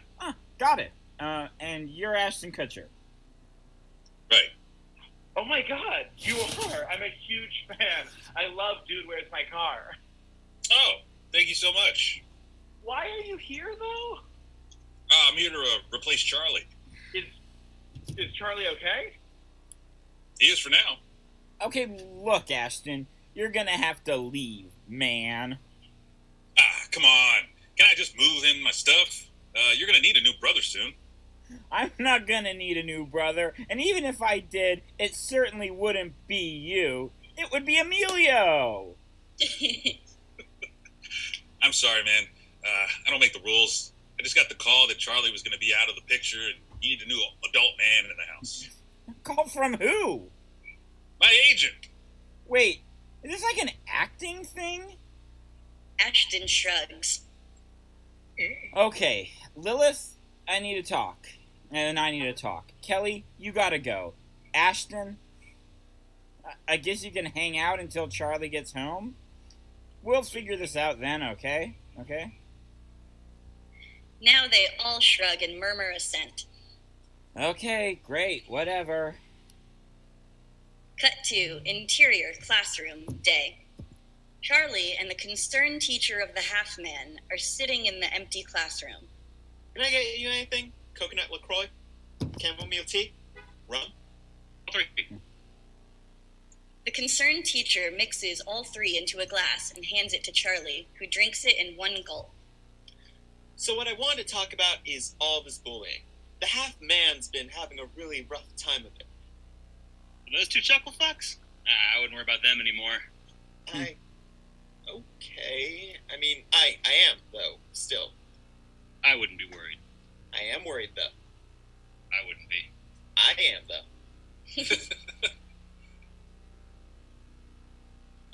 I am. Charlie, listen to me. These kids, they're psychopaths. They beat up the half-man every day. They take his lunch money. They use it to buy crack cocaine. They're like 10. They're 10 and on crack? Well, they sell it, I think. Oh, they sell it?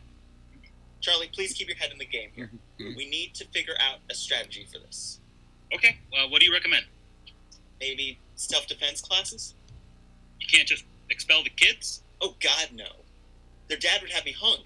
The most powerful man in town. Well, you can't fight power. You just can't. All right. I know someone who can show the half-man some moves. Don't worry, Teach. He'll be a tough cookie come Tuesday. Thanks so much, Charlie. We're all really rooting for it. Charlie puts on sunglasses and walks away before turning back dramatically with his shoulder. Me too, baby. Charlie leaves. I said we're all. I figured that included him, but yeah. Okay. Cut to interior, Ducky's kitchen, day. Ducky and Lilith are standing in the kitchen. So he's getting bullied? Yeah, that's what he's saying. Some kids, brothers I guess, have been picking on him. Poor half-man. He doesn't deserve that. I agree. Just because he's a little Porcosaurus Poindexter named Just because he's a little Porcosaurus Poindexter named Half-Man doesn't mean that he should be singled out. Yeah, I mean, my grandpa half-man never had these problems. Different times, I guess. Yeah, plus he was crazy and punched like everybody. That's true. God, I miss that terrifying psycho. We all do. They both reflect quietly for a moment when they hear Ashton from the living room. Oh, hi. What now? Ducky and Lilith go into the living room where Ashton and Kelly are watching TV on a couch. The maid or whatever, Large Marge, has arrived home. What the rootin' tootin' heck is happening here? Who's this bimbo? And the lady next to him? I'm Ashton Kutcher, star of screens big and small, mostly small. I'm Kelly. Where's Charlie and the half-man? Duck, did you replace Charlie and the half-man with Kelly and Kutchman? No, but that seems like an increasingly good idea. Yeah, I'm replacing Charlie. Anyway, not the half-man. What? I'll explain later. No, I won't. I don't have an explanation. So just go with it, I guess. The door opens and Charlie and the half-man, the latter of whom is bruised and bloodied, enter. Hey, gang. Oh my God! Half-man! What happened to you? Are you okay? Charlie, what happened? Nothing happened. Bullies. I didn't realize it was this serious. Sweetie, are you okay? I'm fine. This has got to stop. And it will. Large Marge, I want you to teach the half-man Krav Maga.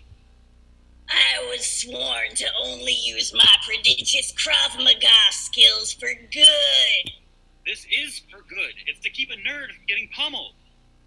But nerds should be pummeled. Look, no arguing arguments here, but let's do it for Ducky, huh?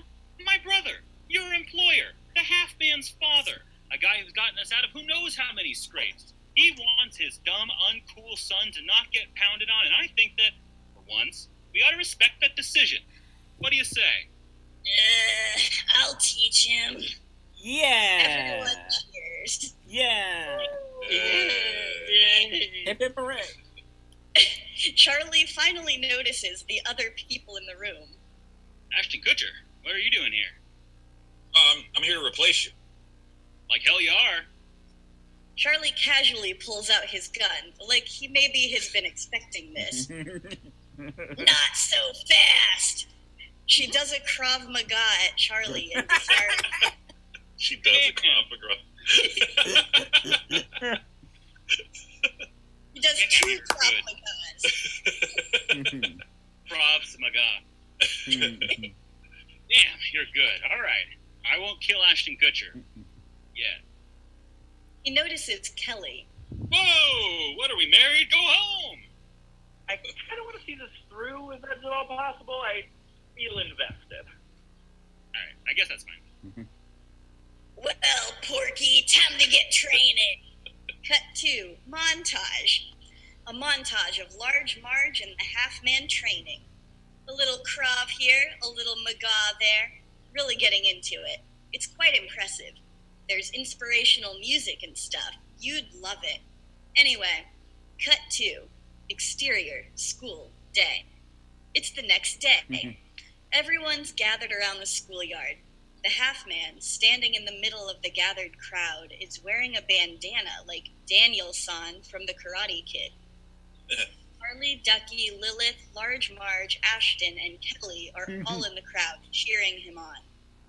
Suddenly, the bullies approach, dressed almost exactly like Billy Zabka in the Karate Kid. No shit! Those are the bullies? They're like my height. In their defense, Duck, you're like 4'10". I'm not. I'm 5. Shut up!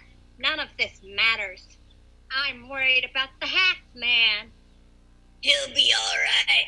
I trained him real good. Trained him over the course of like a hour and a half. There's no way he's properly trained. This is exciting, isn't it, Ashton? Yeah. Snowflake, my brother and I heard you were learning Krav Maga for the big fight. Well, we got our own Maga. They both get the fuck out of here. America's Great Again hats. M-A-G-A. Maga. Oh, nice. I don't know what my actual political views are, but I bet I'm into the whole Trump thing. Yeah, well, I'm fiscally conservative and socially liberal. This is what Ashton Kutcher has said publicly. This might be a tougher fight than I thought, but he'll be okay. The half-man walks over to his little cheering section. Hey, so I've been thinking. I decided last night that I'm actually gonna be super religious Seventh-day Adventist, which means I don't do the whole violence thing anymore. So I'm not gonna do this fight.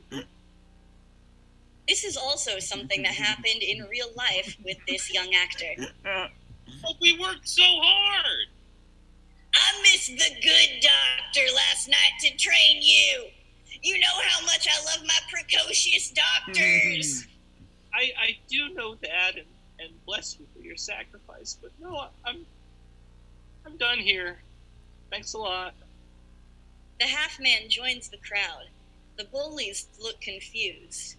Hey, what's going on? I really wanted to hurt that kid. Yeah, I was looking forward to causing real non-cosmetic damage to that kid. We ain't leaving without a fight. I'll do it. All eyes turn to Charlie. I've never made much of myself in this life. I've been a drug addict, an alcoholic, a womanizer, a misogynist, a racist, a real dick and a half. I don't have many more opportunities to right those wrongs, but this is one of them. I'm prepared to defend my nephew's honor by hurting these two 10-year-old boys in hand-to-hand combat because I'm sick and tired of living a dishonorable life. Also, I'm on bath salts. Charlie leaps into the makeshift ring in the middle of the ground and begins doing kung fu poses. One of the bullies kicks him in the throat, immediately dropping him to the floor. The other kicks him square in the nards. My nards! Kicking him. Nobody intervenes. But lights might be out for old Adonis DNA. That reference. It's just one of the things he said. My only regret was licking bath salts. And with that, Charlie dies. I fucking told you. Welcome to the family. Okay, this is over. Jesus! I can't believe Charlie is gone. Suddenly, a voice rings out from the crowd. Eric! Don Jr.! Good job! The crowd parts, and Donald J. Trump approaches. I really liked how you killed that man! Great work! I truly trained you well! Thanks, Pop Pop. Poppy proud? Yes, Poppy Proud! After all, what do I always say you should do when confronted with a bad guy? Kill them! Without hesitation or mercy. Especially if they're a minority or abroad. You boys learned so well! He notices the half-man. Hey! I heard you were an extremely successful television actor who became a religious psychopath. Yes, I did. Great! Want to be my new head of the EPA? I'll take that as a yes. Come on, let's split. I've got tweets to tweet and dumps to take. President out! And his two insane sons and the half-man all leave on Marine One, which is the president's helicopter. Clip 2.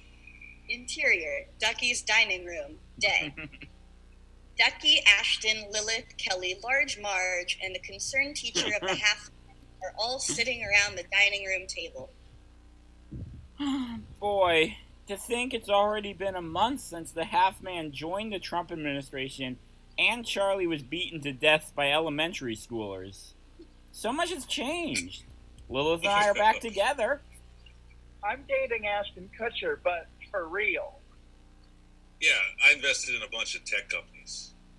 I opened a Krav Maga studio and married this beautiful teacher man. With the Trump boys and the half-man out of my class, I've become teacher of the year. And I'm not actually dead.